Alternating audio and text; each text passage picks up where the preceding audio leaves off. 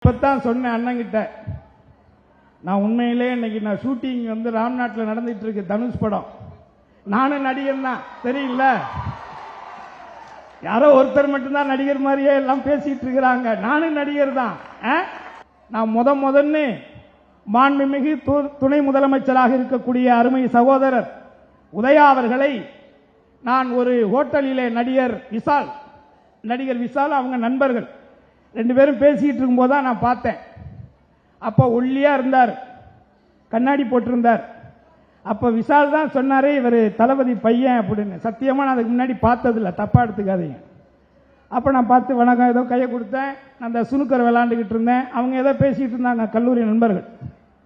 அப்ப நான் அவர் பார்த்ததுக்கும் அதற்கு பிறகு நம்ம நடிகர் சங்கத்தில் வந்து காவேரி பிரச்சனைக்காக ஒரு உண்ணாவிரதம் இருந்தோம். அப்ப அதுல வந்து கலந்துகிட்டார். அப்ப நான் அவர்கிட்ட 2 வார்த்தை பேசியிருக்கேன். அதற்கு பிறகு இப்ப சமீப காலத்தில் தான் நான் உதயா அவர்களை பார்க்கிறேன். இதை எதுக்காக சொல்ல வரேன்னா, அன்றைக்கு அவர் ஒரு செயலை வந்து செய்யணும்னு முடிவெடுக்கிறார். ஒல்லியா இருந்தாரு, கண்ணாடி போட்டிருந்தாரு. அவரு நடிகனாகணும்னு முடிவு எடுத்துட்டார். அதுக்கு முன்னாடி படம் எடுக்கிறார். இன்னும் சொல்றேன், இன்னைக்கு ஒரு நடிகர் இருக்காருல்ல, அந்த நடிகருக்கு பெரிய சம்பளத்தை கொடுத்து அவருடைய சம்பளத்தை உயர்த்தினதே இதே ரெட் ஜெயண்ட் கம்பெனி தான். அதையும் மறந்துடக்கூடாது யாரும். என்ன அப்போ ஒருவர் அவர் ஒன்றும் புதுசா நடிக்க வரல. தளபதி அண்ணன் தளபதி அவர்கள் எத்தனையோ திரைப்படங்கள் தொலைக்காட்சி தொடர் நடிச்சிருக்கிறாங்க. அதற்கு முன்பாக தமிழ் சினிமாவையே உலக அளவில் தலைநிமிர வைத்த ஒரு கதாசிரியராக, ஒரு எழுத்தாளராக, பாடலாசிரியராக முத்தமிழறிஞர் கலைஞர் அவர்கள். அவருடைய பேரை நடிக்கிறதுல ஒண்ணு நம்ம ஆச்சரியப்பட வேண்டிய அவசியம் இல்லை. ஆனால் இதுல என்ன தெரிஞ்சுக்கணும்னா, இன்னைக்கு இருக்கக்கூடிய நடிகர்கள்லாம் ஒரு 6-7 படம் உப்மா படமா நடிச்சுட்டு அதுக்கப்புறம் தான் ஒரு நல்ல படமே நடிக்க ஆரம்பிச்சாங்க. ஆனால் முதல் படத்திலேயே ஓகேயா ஒரு படம் நாம இருக்கா, முதல் படத்திலேயே மிகப்பெரிய ஒரு வெற்றி படத்தை கொடுத்தவர் தான் உதயநிதி ஸ்டாலின் அவர்கள். அப்படிங்கிறதை நீங்க மனசுல நினைச்சுக்கணும். ஆக நான் வந்து இதே சட்டமன்றத்தில் நான் வந்து சட்டமன்ற உறுப்பினராக இருந்த பொழுது, அன்றைய எதிர்க்கட்சியாக இதே திராவிட முன்னேற்ற கழகம் இருந்த பொழுது, அன்றைக்கு தளபதியார் அவர்கள் நடத்திய அந்த இளைஞர் படையை தனது அடுத்த கட்டமாக உதயநிதி அவர்களிடத்திலே அந்த பொறுப்பை கொடுக்கிறாங்க. அப்ப அதை செயல்படுத்துறதுக்கு அவர் ஊரா போகும் பொழுது, அன்றைக்கு இருந்த அந்த அரசு, அனைத்து இந்திய அண்ணா திராவிட முன்னேற்ற கழகத்தினுடைய அன்றைய எடப்பாடியினுடைய அரசு அதற்கு எத்தனை தடைகளை போட்டார்கள் என்பது எனக்கு தெரியும்.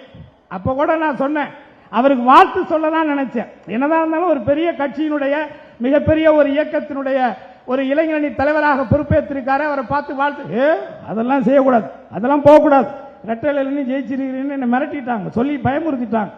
ஆனால் இன்று வரை அந்த வருத்தம் எனக்கு இருக்கு. இன்றைக்கு ஒட்டுமொத்தமாக அந்த பொறுப்பை ஏற்றதிலே இருந்து இந்த ஏடிஎம்க்கு அன்றைக்கு அவர்கள் தடைகள், அத்தனை தடைகளை போட்டிருந்தாலும் கூட அந்த தடைகளை எல்லாம் தகர்த்தெறிந்து ஒற்றை செங்கலை எடுத்து ஒட்டுமொத்த உலகத்தையே உற்று பார்க்க வைத்தவர் தான் இந்த உதயநிதி ஸ்டாலின் அவர்.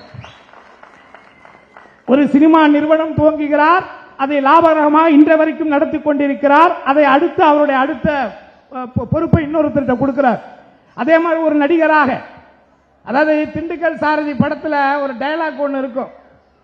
என் பொண்டாட்டிக்கிட்டே யார்கிட்ட நான் சொல்லுவேன், என்ன அஜித்துங்கிற, என்னை விட கொஞ்சம் கலரா இருக்கார் அவ்வளவுதானே, இல்ல என்ன அஜித் என்னை விட கொஞ்சம் கலரு அவ்வளவுதானே. அதே மாதிரிதான் என்ன நடிகர் எங்காலும் நடிகர் தான், என்ன இவரை விட கொஞ்சம் நல்லா டான்ஸ் ஆடுவேன் அவ்வளவுதான், வேற ஒண்ணு பெருசா இல்ல. அப்படித்தான் நான் எடுத்துக்கணும். உங்களுடைய நடிப்பு எல்லாருக்கும் தெரியும், எங்களுக்கும் தெரியும், எல்லாருக்குமே தெரியும்.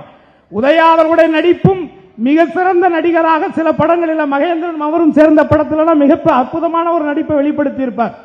ஆக அவர் இன்றைக்கு மக்களுக்கான பணியை மேற்கொண்ட காரணத்தினாலேதான் அதிலிருந்து விடுபட்டிருக்கார்.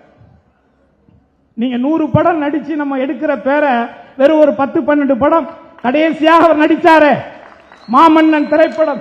அந்த மாமன்னன் திரைப்படத்தில் ஒடுக்கப்பட்ட நசுக்கப்பட்ட மக்களுக்கான ஒரு குரலாக, குரலற்ற மனிதனுடைய குரலாகத்தான் அந்த கதாபாத்திரத்தை அவர் ஏற்று நடிச்சிருக்கிறார். ஆக சினிமா படங்களிலே கூட மக்களுக்கான பணியை செய்யக்கூடிய மக்களுக்கான பணியாளர்களாக உருவாகக்கூடிய எண்ணங்களை அடுத்த தலைமுறைக்கு விதைக்கணும் நினைச்சு வேலை செய்யக்கூடியவராகத்தான் மாண்புமிகு துணை முதலமைச்சர் அவர்கள் அருமை சகோதரர் உதயா அவர்கள் இருக்கிறார் என்பதை நான் உங்ககிட்ட சொல்லிக்கிறேன்.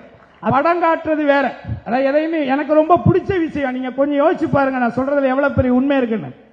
இவ்வளவு பெரிய 75 ஆண்டு கால கட்சியில ஒரு துணை முதலமைச்சரா இருக்காரு. அப்பேற்பட்ட ஒரு வசதி வாய்ப்போட வளர்ந்த ஒரு செல்வ குழந்தை தான். ஆனால் அவருடைய செயல்பாடுகளை பாருங்க, அவர் மக்கள்கிட்ட பழகிறத பாருங்க, அவர் பேசுற பேச்ச பாருங்க. அவ்வளவு எளிமையா தன்னை ஒரு சாமானியனாக அதாவது மக்கள் உணரணும்னு நினைக்கக்கூடிய எளிமையான ஒரு பேச்சு. ஒரு அரசியல் தலைமைக்கு என்ன தெரியுமா முக்கியம்? நினைச்ச நேரத்தில் தொண்டர்களோ பொறுப்பாளர்களோ அந்த தலைவனை சந்திக்கக்கூடியவன் தான் தலைவன். நீங்க உங்களை பார்க்கறதுக்கே நாங்க ரிசார்ட்டுக்கு வரணும், அப்புறம் என் பிளைட் பிடிச்சி சார்ட்டர்ட் பிளைட் பிடிச்சி வரணும்னா நீங்க எப்படி தலைவரா இருக்க முடியும்? நாங்க நலநிதி திட்டத்தை கொடுக்கிறது கூட நாங்க வீட்டுக்குள்ள கூப்பிட்டு தான் கொடுப்போம்னு சொன்னா அது எப்படி தலைமையாக இருக்க முடியும்? ஆகவே ஒன்னே ஒன்ன மட்டும் நீங்க மனசுல வச்சுக்கங்க, நானும் நடிகன் தான், நானும் நடிகன் தான். நடிகனை நடிகனாகத்தான் நீங்க பார்க்கணும், நடிகனை நடிகனாத்தான் பார்க்கணும். ஏன்னா நான் நடிகனாகிய நான் மக்களுக்கான பணியை செய்வதற்காக வந்திருக்கிறேன் சொல்றோம்ல. இத்தனை ஆண்டு காலங்கள் என்ன பண்ணிக்கிட்டு இருந்தீங்கன்னு ஒரு கேள்வி இருக்குல்ல. நான் சின்ன நடிகர்ப்பா, ஆனா நான் சம்பாரிச்ச காசுல கிட்டத்தட்ட 152 மாணவ மாணவிகளை, குறிப்பாக முகாமில் தங்கியிருக்கக்கூடிய இலங்கை அகதி மாணவ மாணவிகளை படிக்க வச்சானே கருணாசுங்கிற 2009.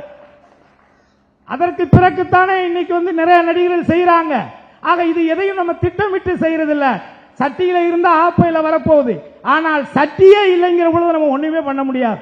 ஆக இன்றைக்கு நடக்கக்கூடிய இந்த அரசியல் என்பது சினிமாவிலே தனக்கு இருக்கக்கூடிய இந்த மக்கள் செல்வாக்கை பயன்படுத்தி மிக எளிமையாக இந்த மாபெரும் ஒரு இயக்கத்தை குறை சொல்லி அதை மக்களுக்கு விரோதமான பேச்சுக்களை பேசி அதன் மூலமாக ஒரு சுயநல அரசியலை ஆதாயம் தேடலாம் என்று நினைக்கக்கூடிய அவருக்கு நான் ஒன்றே ஒன்று மட்டும் சொல்லிக் கொள்கிறேன்.